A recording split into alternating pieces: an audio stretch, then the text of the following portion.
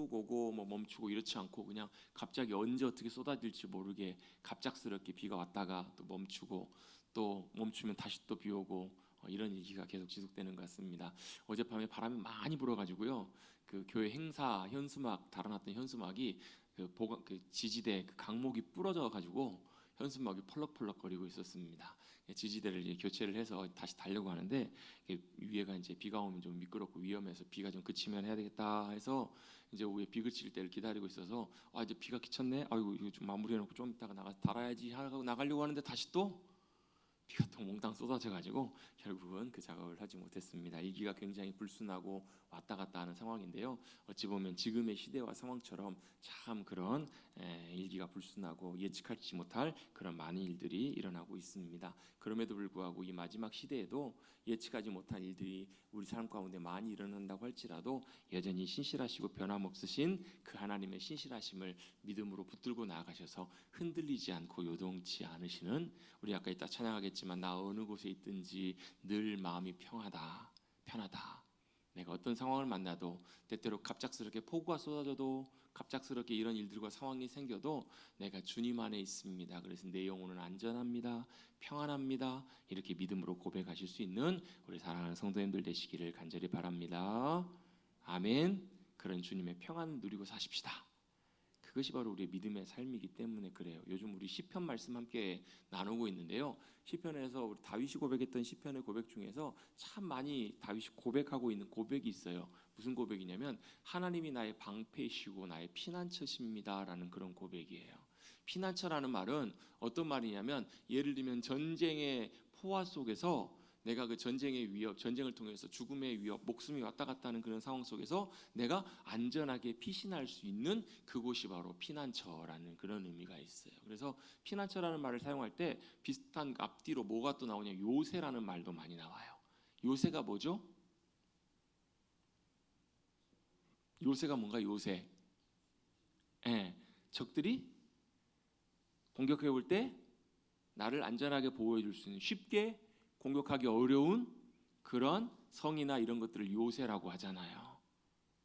우리가 누구요? 주님 안에 있을 때 주님이 나의 방패가 되시. 방패는 뭐예요? 화살이나 공격으로부터 나를 지키는 존재가 그 안에 들어가 있으면 옛날에는 살았잖아요. 또 어때요? 우리의 피난처, 이런 일들을 만났을 때 우리가 안식하며 피할 수 있는 그 자리, 또 요새 든든한 우리를 지켜주시는 그 든든한 안식처, 그분이 누구시라고? 우리 하나님이시라고요. 그것을 다윗은 고백하고 있고요. 우리의 믿음의 삶도 바로 그렇게 우리 주님을 고백하며 그 앞으로 나아가는 삶이 바로 우리의 믿음의 삶인 줄로 믿습니다. 그런 삶을 살아가시기를 다시 한번 주님 여러분 축복합니다.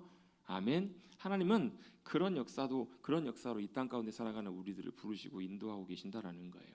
여러분, 하나님은 어디 계세요? 우리 찬양하잖아요. 우리 오늘 아침에 찬송했나요? 찬송가 14장인가요? 주리 하나님,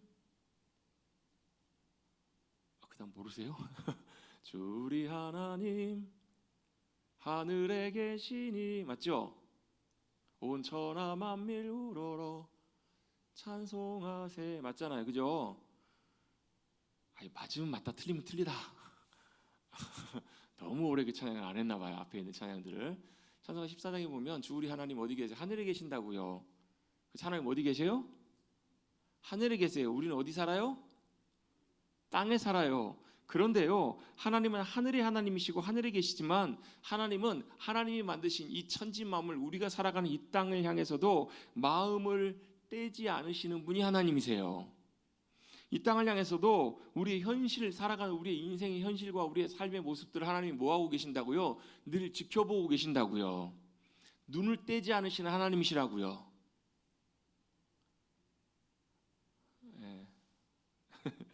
뭔 소리요?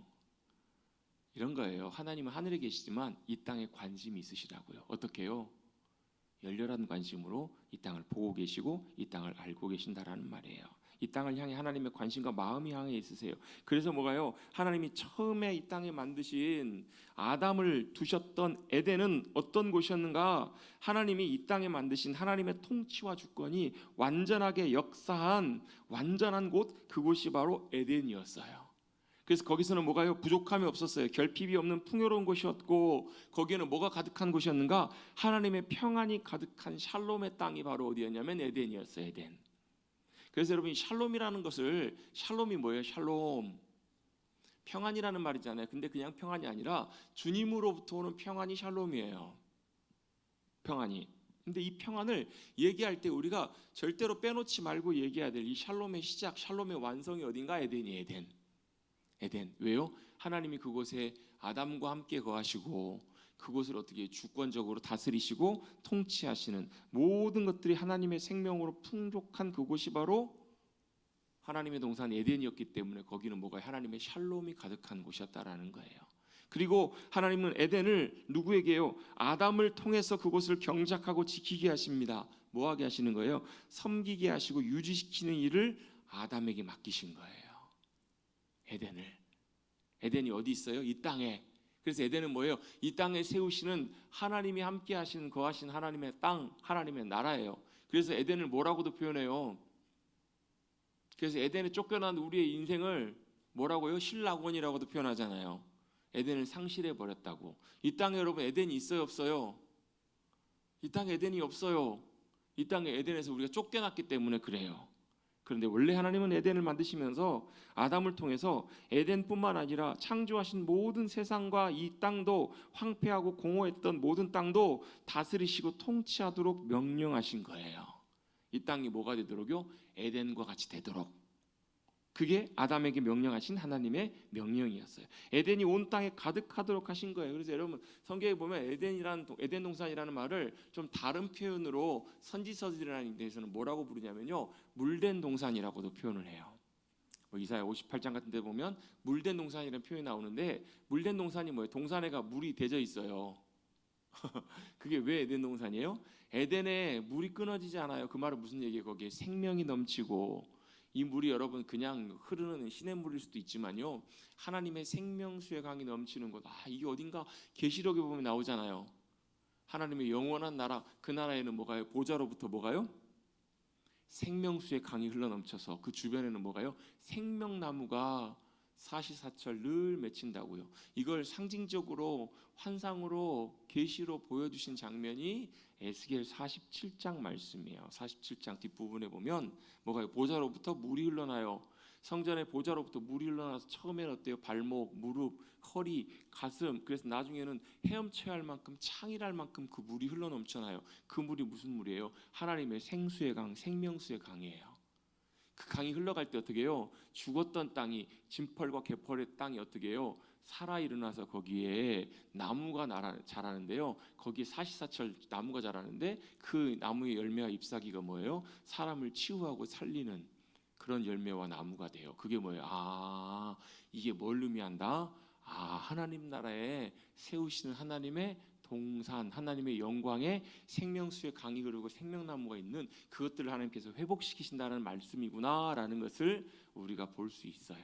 다시 한번 돌아옵니다. 뭐예요? 에덴을 하나님께서 이 땅 가운데 세우길 원하셨던 거예요. 에덴이 어떤 곳이에요? 하나님의 생명이 함께 하셔서 부족함이 없고 어둠과 혼돈이 사라져버린 하나님의 나라가 이 땅에 임하고 완성된 곳이 바로 에덴이었다라는 거예요.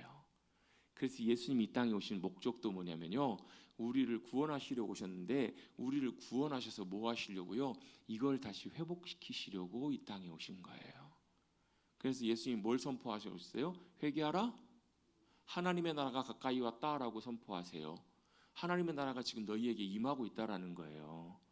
아니, 하나님 나라는 죽은 다음에 가야 되니까, 예수 믿으면 죽은 다음에 우리 하나님 나라 천국 가는구나, 이런 의미가 아니고요. 하나님의 나라, 무슨 말이에요? 주님이 다스리시고 통치하시는 그 나라, 그 역사가 지금 너희의 삶 가운데 임하고 있다라는 것을 예수님이 선포하시고요. 어떻게 보여주시냐면, 어떻게 보여주세요? 뭘로 보여주세요?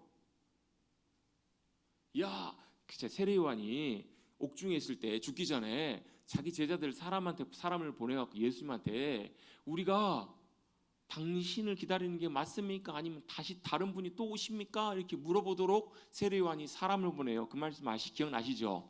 왜 그랬을까요? 세례요한도 긴가민가 했던 거예요.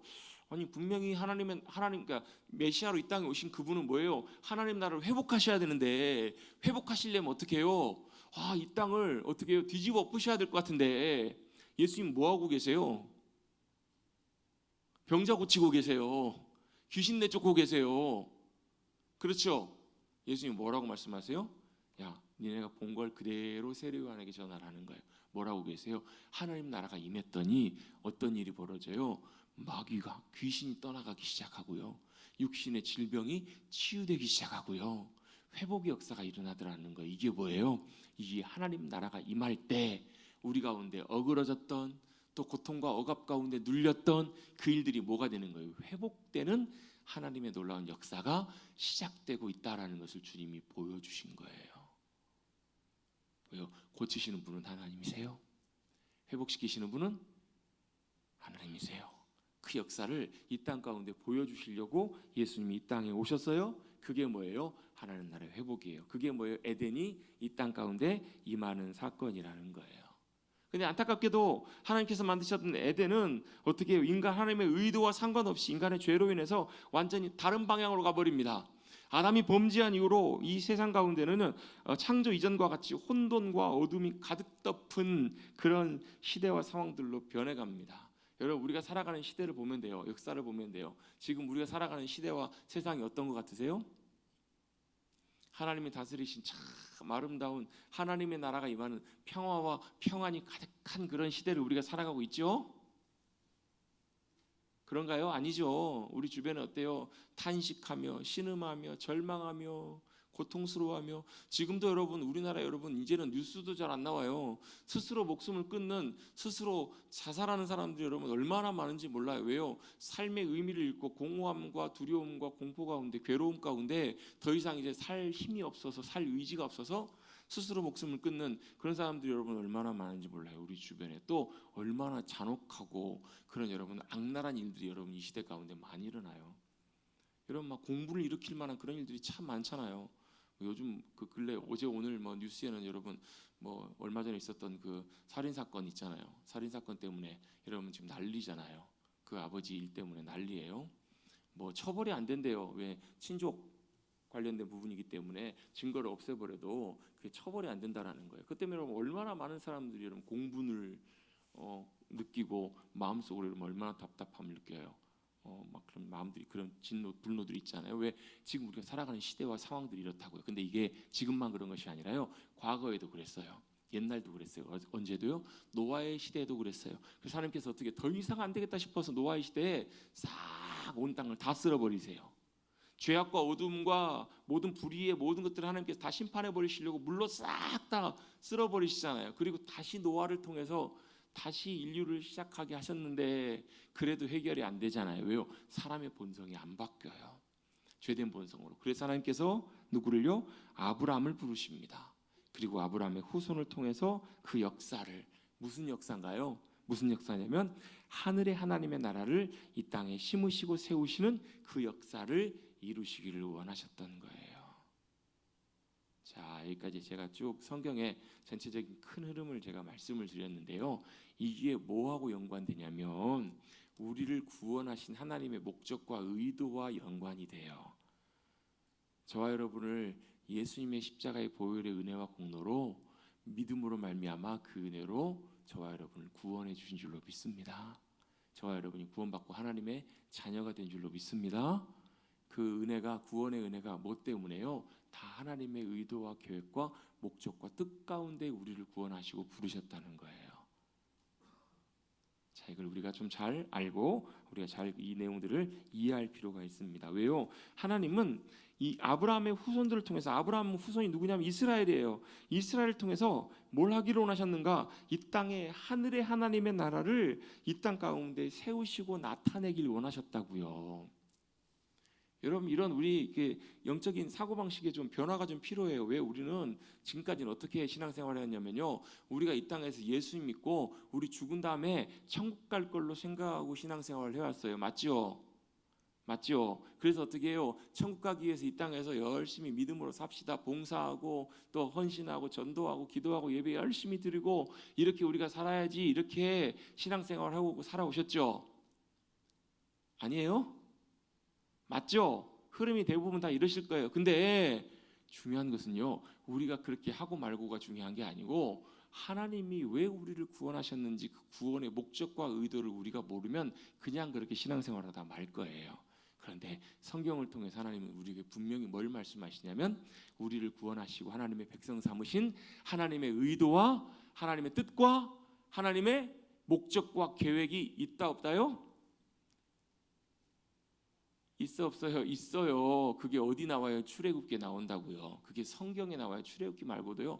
여러 군데 나오는데요. 그걸 가장 우리에게 쉽게 사건들을 통해서 우리의 눈으로 보여주는 제일 좋은 성경 중에 하나가 출애굽기예요. 출애굽기. 출애굽기는 뭐예요? 애굽에서 이스라엘 백성들을 건져내신 이야기예요. 하나님께서는 그들을 애굽에서 건지십니다.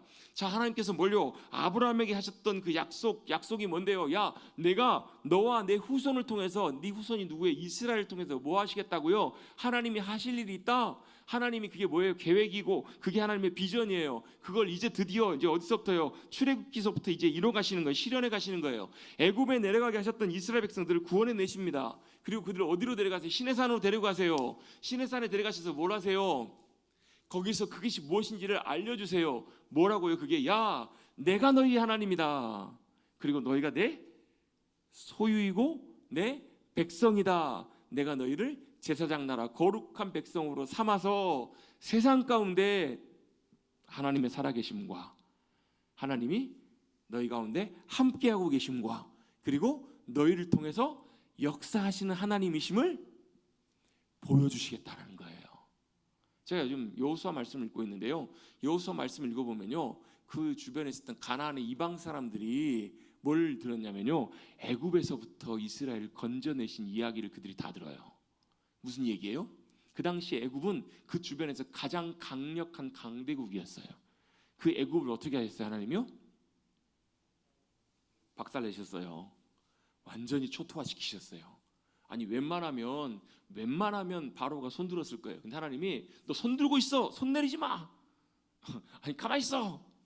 하면서 하나님이 어떻게 그 마음을 강팍하기까지 하시면서 10가지 재앙을 다 쏟아부으세요. 결국 뭐까지요? 장자까지 다 죽이시면서 그리고 나서 쫓아오는 그들을 어떻게 해요? 완전히 그들을 밟아 멸하시면서 홍해에서 그들을 던져버리시면서 뭘 하세요? 완전히 그 대적들을 하나님께서 없애버리세요. 그래서 뭐 정확한 근거는 아니지만요, 애굽의 역사, 이집트 역사가 여러분 엄청나게 길고 많거든요. 왕조만 해도요 몇십 개예요. 몇십 개. 우리는 어때요? 조선 왕조, 그렇죠? 그 이전에 뭐가요? 뭐 고려 시대 고려 왕조가 있겠죠. 그 이전에는요 동일신라 시대 왕조가 있을 것이고, 이렇게 찾아보면 뭐 몇 대 왕조가 있잖아요. 근데 이집트는요 그런 왕조가 몇 개냐면 30 몇 개가 될 거예요 아마. 이집트 역사는요 상상을 초월할 정도로 복잡하고 많아요. 엄청나게 긴 역사고 유구한 역사고 어마어마한 역사인데, 그 중에서 어떤 분이 이집트 역사를 보다가 갑작스럽게 엄청난 강대국이었는데 갑자기 역사 속에서 이집트가 갑자기 마치 사라지는 것처럼, 마치 영향력이 없어지는 것처럼 쑥 이렇게 없어졌던 그런 시기가 있더라는 거예요. 그 시기가 아마도 하나님께서 바로 왕과 모든 애굽의 군대와 병거들을 다 홍해에 던져버리신, 쉽게 말하면 우리로 치면 엄청난 전략 무기와 공격력이 갑작스럽게 다 없어져 버린 거예요. 사라져 버린 거예요. 아마 그 시대가 아니겠는가라고 추측하시는 그런 의견들도 있긴 있어요. 중요한 건 뭐예요? 하나님은 마음 먹고 하나님의 역사를 이루시면 온 땅의 가장 강력한 군대와 나라도 밟으시고 꺾으시는 하나님이시라는 거예요. 뭐 하시려고요? 거기에 매여 있었던 하나님의 백성들을 건져내시고 구원해내시기 위해서. 그게 가능하신 하나님이시라면 죄와 사망의 굴레에 매여 있었던 우리들도 건져내실 수 있는 분이 바로 우리 하나님이시라는 것을 우리가 믿고 고백할 수 있을 줄로 믿습니다. 그래서 구원은 뭐예요? 하나님의 능력이라고요. 왜 하나님의 능력이에요? 죄와 사망 가운데 헤어나올 수 없는 우리를 건져주시고 우리를 자유케 해주시는 하나님의 능력이 구원의 역사이기 때문에 그래요. 자, 이스라엘 백성들을 애굽에서 그렇게 건져내십니다. 그리고 시내산으로 데려가셔서 뭘 하게 하세요? 가나안으로 올라가게 하십니다. 가나안으로 올라가게 하시는 그 시내산에서 하나님 뭘 약속하신다고요? 내가 너희와 함께 할 거다. 그리고 너희가 내 소유가 될 거다. 내가 너희를 통해서 역사할 거다. 이걸 누가 들어요? 가나안 백성들이 다 들어요. 다 듣고 어때요? 그들이 두려워하면서 벌벌 떨어요. 그래서 누가요? 그 가운데 누가요? 기생 라합은요 그 소리를 듣고 어떻게 해요? 그 하나님이 상천하지에 하늘과 땅에 참 하나님이심을 자기는 듣고 그걸 믿는다라고 얘기를 해요. 그래서 어떻게 해요? 어찌 보면 민족은 배반하는 일이지만 그 이스라엘 정탐꾼들을 숨겨서 잘 안전하게 돌아가게 해요. 그 은혜가 구원의 은혜가 그래서 기생 라합을 통해서 그 집에 임하잖아요. 이게 뭐예요? 하나님의 역사하심이에요. 여러분, 하나님은 기생 라합과 같이 하나님을 모르는 이방의 수많은 사람들이 뭘 듣고 보길 원하세요? 이스라엘을 통해서, 지금의 시대를 보면 저와 여러분을 통해서 하나님을 먼저 믿고 알고 하나님의 자녀로 살아가는 거룩한 주님의 구원받은 백성으로 살아가는 저와 여러분을 통해서 뭘 하기를 원하세요? 그 기생 라합이 들었던 것처럼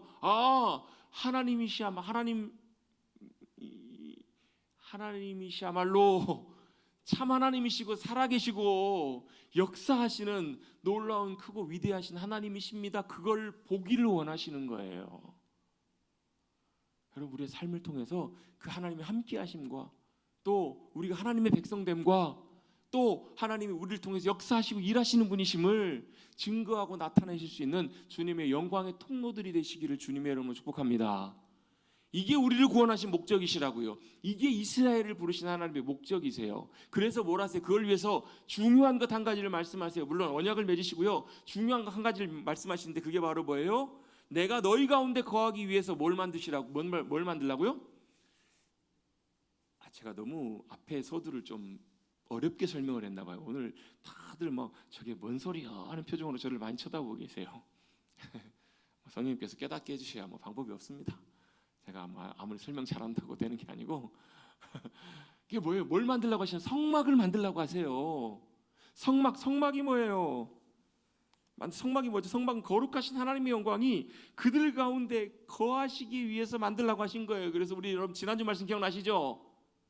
지난주 말씀이 뭐였어요? 출애굽기 29장 말씀 뭐였죠? 제사장들이 날마다 아침 저녁으로 상번제, 번제로 주님 앞에 드리고 소제와 어떻게 전제로 주님 앞에 드리며 예배를 드리고 나아가는데 나아가야 되는 곳이 어디라고요? 성막으로, 성소로 주님 앞에 나아가면 거기서 뭐 하시겠다고? 내가 너희와 그곳에서 만나리라. 그리고 너희에게 말하리라 말씀하시겠다라는 거예요. 그곳이 어디예요? 성막이에요. 여러분, 그 주님 앞으로 아침 저녁으로 나가십시다. 말라면 마십시오. 근데 어때요? 하나님 뭐 하신다고요? 기다리신다고요. 왜요? 거기에 함께 하신 하나님, 영광으로 함께 하신 하나님, 성막 가운데 내가 너희 가운데 함께 거하고 만나리라 말씀하시라. 그리고 내가 거기에 거하심으로, 하나님이 거하심으로 내 영광으로 그것이 거룩해질 거라고. 여러분, 그래서 거룩함은요, 내가 거룩하게 한다고 거룩한 것이 아니고 거룩하신 하나님이 우리 가운데 거하시고 우리가 거룩하신 주님 안에 거할 때 거룩함이 회복되는 거예요. 할렐루야. 그걸 위해서 뭘요? 성막을 지으라고 만들라고 말씀하시는 거예요. 그러면서 뭐라고요? 내가 너희 가운데 거하여서 내가 너희의 하나님이 되고 너희가 내 백성이 되는 삶을 살리라 거하시려고 만들라고 하신 곳이 성막이에요. 이해 아시죠? 기억나시죠? 기억 안 나세요? 기억 안 나시는 분은 지난주 설교 다시 한번 들어보세요. 성막을 만들라고 하신 목적과 이유가 그거예요. 그럼 뭐 하면 돼요 이제? 역시 장로님이 정답을 정확히 말씀하시네요. 이제 뭐 하면 돼요? 만들면 돼요. 그렇죠? 하나님이 모세에게 어떻게 만들어야 되는지 설교도 다 말씀해 주셨어요. 그죠? 25장부터 28장 9장까지 다 설교도 다 말씀해 주셨어요. 그리고 만들 재료도 어때요? 사람들이 기쁨으로 자원해서 하나님 앞에 다 드려서 풍성하게, 이제는 그만 갖고 와도 될 만큼 풍성하게 자원과 만들어질 재료도 다 준비가 됐어요. 그럼 이제 뭐 하면 돼요? 만들면 돼요. 근데 여기서 여러분 중요하게 우리가 살펴보아야 되는 게 있어요. 만든다고 그냥 만드는 것이 아니라요, 오늘 성경에서는 중요한 것을 우리에게 말씀해 주십니다. 자, 하나님의 역사, 하나님이 원하시는 것들, 이루는 것들, 만드는 것들이 성막을 어떻게 해요? 자, 이제 우리 성막 말씀하셨으니까 자 만듭시다. 다 모여요. 그래갖고 우리 만들어 봅시다. 이렇게 할 수 있는 것이 아니라는 거예요. 이게 중요해요. 자, 이제 만드는 방법도 알았어요. 만드는 재료도 있어요. 그걸 알고 한다고 해서 만드는 것이 아니라 하나님이 만들라고 하시는 성막은 그냥 하나님 거하실 처소로 그치는 것이 아니라 하나님이 뜻하시고 의도하신 대로, 쉽게 말씀드리면 하늘의 처소가 이 땅에 그대로 완성되고 만들어지는 것이어야 된다라는 거예요. 이게 굉장히 중요해요. 성막은 누가 거하시는 곳이에요? 하나님이 거하시는 곳이에요. 그래서 하나님께서 말씀하셨어요. 왜 그렇게 말씀하셨을까? 왜 그렇게 자세하게 하나님 말씀하셨을까? 이유는요, 하늘에 계신 하나님께서 하늘에 거하시는 처소를 모세에게 보여주셔서 그걸 본따서 이 땅에서 하나님이 거하시도록 만드신 처소가 성막이기 때문에 누구 의도대로요? 하나님의 의도대로, 하나님의 뜻대로 원하시는 대로 그것이 그대로 완성되어져야 돼요.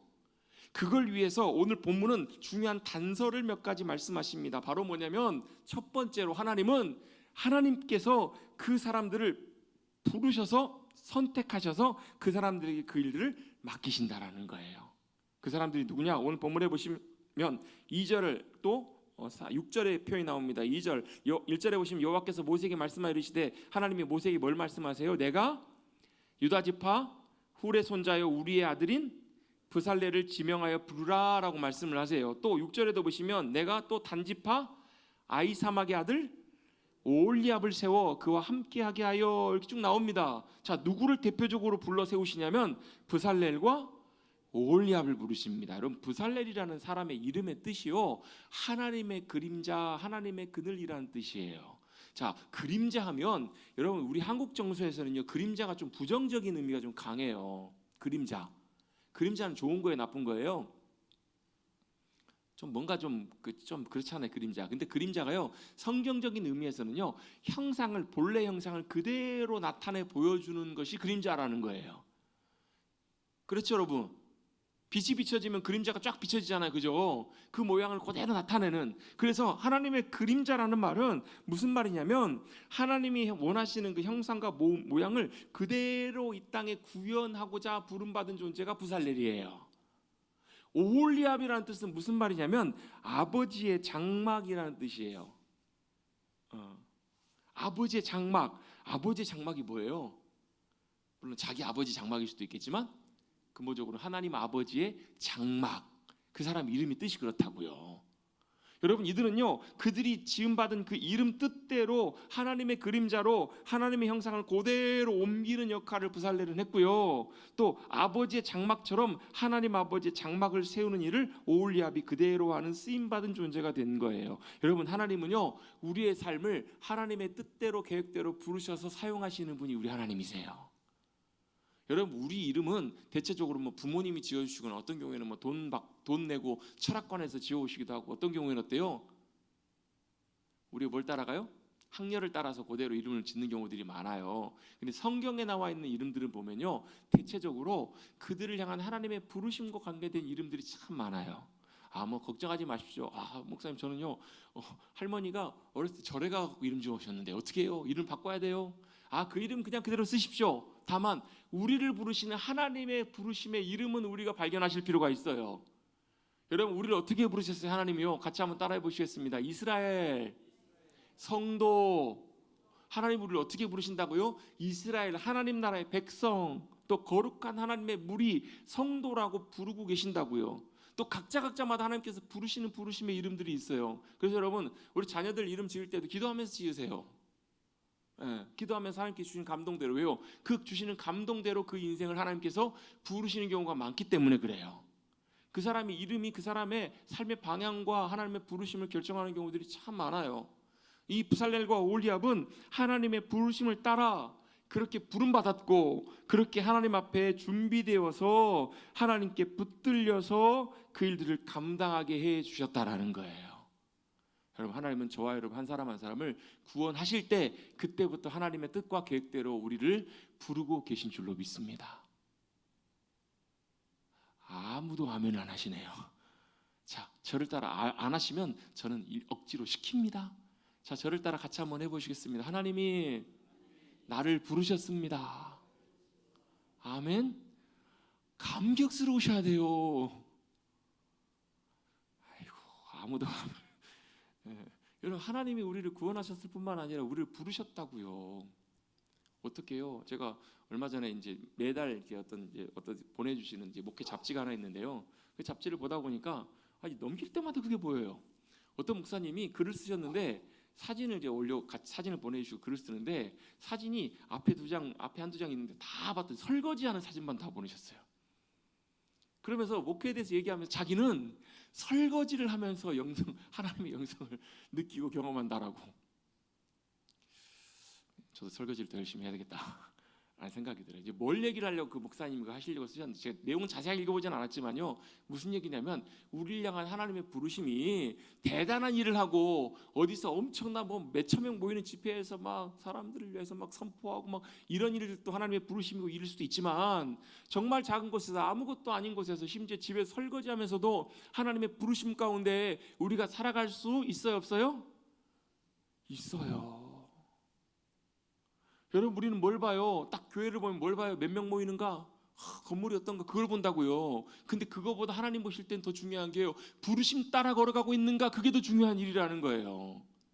그래서 어떤 경우에는 성도 한 사람 없어도 하나님 부르심 따라서 정말 아무도 보지 못하는 그 캄캄한 지하 교회 그곳에서 혼자 엎드려서 주님을 찾고 있는, 부르심 따라 나아가는 그분을 하나님께서 더 기뻐하실 수도 있어요. 그게 하나님의 부르심이에요. 저와 여러분을 향한 하나님의 부르심이 분명히 있음을 여러분 우리가 꼭 기억하시고, 하나님 나를 향한 그 부르심대로 부살렐과 오홀리압을 부르셔서 세우셔서 사용하셨던 것처럼 주님, 우리도 그 주님의 부르심 따라 살아갈 수 있도록 우리를 붙잡아 주시고 인도해 달라고 기도하고 나가시길 주님의 이름으로 축복합니다. 그게 가장 복된 인생이어서 그래요. 그냥 우리는 어때요? 내 마음대로 이 땅에서 내가 원하는 대로 내 스타일대로 막 살아요. 그래서 어떤 인생을 멋있는 인생이라고 그래요? 내 스타일대로 사는 인생, 멋지게 사는 인생. 죄송하지만요, 세상 보기에, 내가 보기에는 그래 보일지 모르지만 우리를 만드시고 우리를 구원하시는 하나님의 눈에는요, 정말 죄송하지만 영반대의 길을 살아간 인생일 수 있다라는 거예요. 여러분, 부살리알과 오홀리압처럼 하나님의 부르심 가운데 우리도 잘 부름받아서 주님의 인도하심 따라, 내 마음대로가 아니라 하나님의 자녀로 부르심 따라 구원받은 거룩한 백성으로 부르심 가운데 살아가시는 사랑하는 성도님들 되시기를 주님의 이름으로 축복합니다. 나를 향한 부르심이 무엇인지 찾으세요. 아유, 목사님 내 나이가 몇인데, 야이야이야, 내 나이가 어때서 부르심 따라 살아가기 합당한 나이인데. 여러분, 모세를 하나님께서 80세에 부르셨고요, 갈렙도 85세에도 사용하셔요. 여러분, 늦지 않았습니다. 여러분, 하나님의 부르심 가운데 여러분 우리 일생을 그렇게 주님 부르심을 잘 따라가실 수 있는, 쓰임 받으실 수 있는 우리 모두가 되시기를 주님의 이름으로 축복합니다. 두 번째로, 하나님의 역사를 이루시기 위해서 부르심을 받아 세운 사람에게 하나님께서 뭘 하시는가? 둘 다 똑같이 나오는 특징이 있어요. 뭘 하시냐면 3절에 보시면요, 자, 2절에 부살레를 지명하여 부르고, 3절 한번 같이 한번 읽어보십시다. 시작. 하나님의 영을 그에게 충만하게 하여.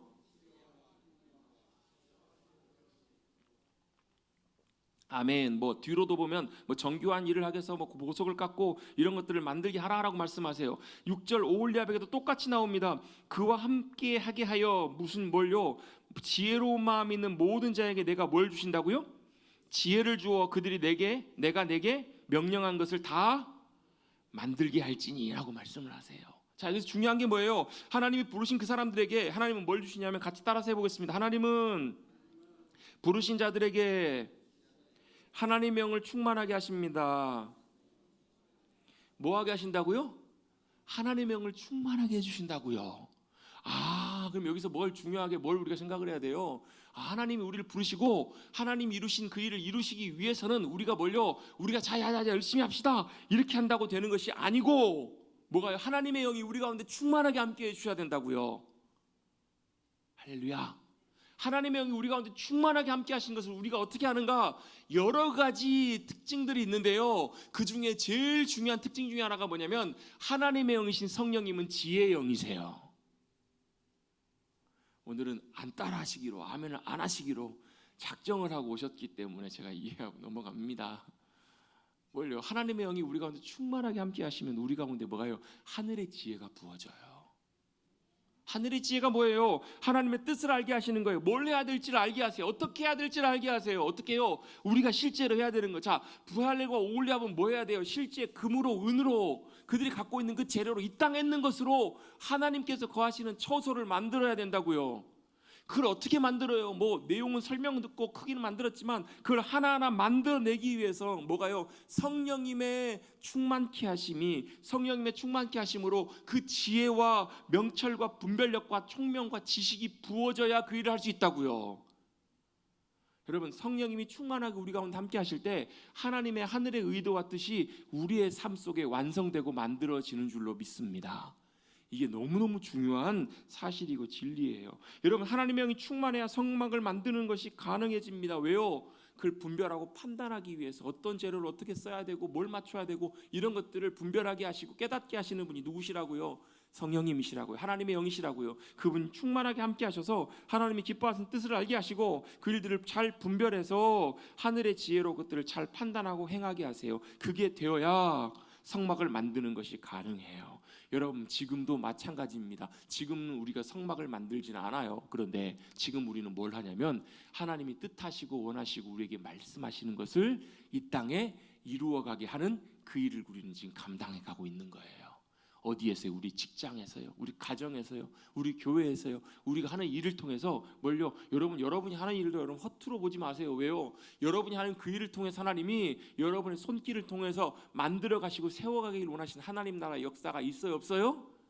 있다고요. 그럼 어떻게 해요? 하나하나를 우리가 하나님 앞에 묻고, 우리는 어떻게 대부분 보면 지금까지는 어떻게 해오냐면 대부분 이걸 우리가 유념치 않으면 어떻게 하냐면요, 야 이거 하나님 기뻐하시니까 이렇게 하자 하면서 어떻게 돼요? 이 일들을 우리가 열심히 감당, 이거 하나님 좋아하시니까 이렇게 하자 우리가 판단하고 결정해서 그 일을 합니다. 열심히 어떻게 해요? 좋은 마음으로 좋은 의도로 합니다. 근데 여러분, 제가 자주 말씀드리는 것처럼 좋은 마음으로 좋은 의도로 했다고 해서 그것이 하나님을 위해서 했다고 해서 그것이 하나님이 기뻐하신 일은 아니라는 거예요. 어떤 분들 이렇게 말씀드리면 벙 찌세요. 왜요? 아니 내가 좋은 의도로 하나님을 위해서 했는데 그게 좋은 거지 그러면 하고 싶은데요. 중요한 것은 하나님의 역사와 일들은요, 하나님의 방법과 하나님의 길로만 온전하게 이루어질 수 있기 때문에 그래요. 여러분 생각해 보세요. 오홀리압과 부살렐이 하나님을 위해서 헌신된 마음으로 좋은 마음으로 열심히 일 만들었어요. 근데요, 성령님의 감동과 도우심과 깨닫게 하심과 지혜로 따라가지 않고 만든 모든 것이라면요, 하나님 그거 어떻게 하실까요? 노 하세요. 왜요? 그건 하나님의 길과 방법이 아니기 때문에 그래요. 이걸 많이 놓쳐요. 지금까지 우리 신앙생활을 하면서 이거 많이 놓쳐요. 아이고 열심히 하면 되지, 열심히 우리가 노력해서 최선을 다해서 우리가 좋은 의도로 하면 되지. 여러분, 하나님의 길과 일은요, 세상의 방법과 길과 섞여서는 안 돼요. 여러분, 우리 한국교회가 힘을 잃어버린, 한국교회가 영향력을 상실한 많은 이유 중에 하나가요, 이거예요. 왜요? 하나님을 위해서 일한다고 하면서 어떤 방법으로 하냐? 우리 방법대로 해요. 세상에서 다 하는 방법대로 한다고요. 여러분, 철저하게 분리되고 구별돼야 돼요. 하나님의 길과 하나님의 일들은 하나님의 방법대로만 가야 돼요. 그래야 이 땅에 이루시길 원하시는 하나님의 역사와 일들이 일어나게 돼요. 그리고 여기서 뭐가요? 하나님의 능력과 도우심과 역사하심이 우리 가운데 함께 해주시고 나타나신다라는 거예요. 그래야 이곳에 하나님의 함께하심과 영광과 하나님의 처소가, 하나님 나라가 세워지는 놀라운 역사와 일들이 일어나게 된다라는 거예요. 여러분, 한번 여쭤보겠습니다. 하나님이 함께하시는 놀라운 능력과 권세를 힘입어 살아가고 계십니까? 그게 아니라면요, 이거 점검해 봐야 돼요. 하나님 우리에게 성령님을 충만하게 부어주셔서 성령님을 통하여 하늘의 지혜로 우리의 삶의 길과 판단과 말과 행동과 결정과 내가 하는 사소한 것 하나, 물건을 사고 파는 하나하나, 내가 이거 하는 행동 하나하나, 말 한마디 한마디 내게 깨닫게 하시고 알게 해주셔서 하나님의 기뻐하시는, 여러분 시편 19편에 나오는 고백처럼 주여 내 입술의 모든 말과 내 마음의 묵상이 주님께 연락되길 원합니다.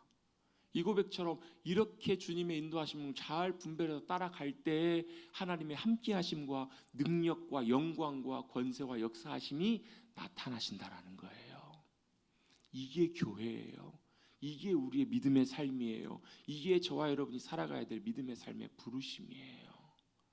여러분, 이것을 잘 깨닫고 훈련되셔서 이렇게 믿음으로 나아가시는 사랑하는 성도님들 되시기를 주님의 이름으로 축복합니다.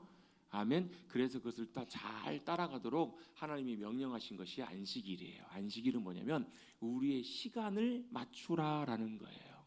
뭐에 맞추라고요? 하나님의 시간에 맞추라. 여러분, 안식일은 그냥 단순히 쉬는 날이 아닙니다. 하나님의 안식일은 하나님이 거룩하게 구별한 하나님의 날이고 시간인데요, 이제는 네가 애굽에서 살던 애굽의 삶이 아니라 이제는 하나님 나라의 백성을 살아가는 삶이기 때문에 뭘 먼저요? 네 인생의 시간부터 뭐 하라고요? 하나님께 맞추라는 거예요. 내 인생의 시간이 이제 하나님께 속해 있다. 멈추고 나와라. 나의 시간 안에 거해야 나의 거룩함이 너와 함께한다. 그렇지 않으면 뭐가요? 그게 뭐라는 거예요? 우리의 불순종이라는 거예요. 여러분, 우리의 인생이 하나님의 시간으로부터 먼저 맞춰지지 못하면 나머지 모든 것들은 당연히 안 맞아요. 우리의 인생의 시간이 하나님의 손에 있습니다. 하나님의 시간 가운데 있습니다. 맞춰지길 원합니다. 이렇게 맞춰지고 고백되는 것이 너무너무 중요하기 때문에 그래요. 그래서 이걸 어기는 사람은 어떻게 하라고요? 이날 더럽히는 자, 그런 사람들은 죽이래요. 왜 그렇게 강력하게 말씀하셨을까요? 그만큼 중요하기 때문에 그래요. 죽여야 할 정도로 너무너무 중요한 부분이기 때문에 하나님께서 그렇게 말씀하고 계시는 거예요. 여러분, 저와 여러분의 인생의 시간이 하나님의 시간에 잘 맞춰질 수 있게 되기를, 순종함으로 맞춰질 수 있게 되기를 주님의 이름으로 축복합니다. 그래서 하나님의 영이신 성령님이 충만하게 함께해 주셔서 우리의 삶과 모든 시간 가운데 하나님이 거하시는 영광의 성막이 세워지도록. 지금은 성막이 있어요, 없어요? 없어요. 근데 그게 어디가 됐어요? 성령님이 거하시는 우리의 처소, 우리의 심령이 되었어요. 우리의 삶이 된 거예요.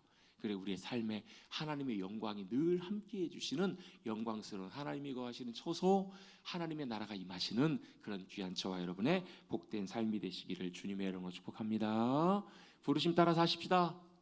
그리고 하나님의 영이 충만하게 함께 하셔서 그 하나님의 영이 우리의 지혜가 되어주시고 총명이 되어주시고 지식이 되어주셔서 우리에게 그 행할 바를 알게 하시고 우리의 말과 삶과 행동과 손과 발을 통해서 하나님의 영광 가운데 임하시는 그 삶이 놀랍게 임함으로 우리 주변에 있는 모든 사람들이 우리를 통해서 하나님의 나라 함께 하신 하나님, 그분을 배웠고 그분 앞에 나와 하나님의 놀라운 구원의 회복의 역사와 은혜를 누리시는, 하나님께 귀하게 쓰임 받으시는 영광의 통로들이 되시기를 다시 한번 주님의 이름으로 축복합니다.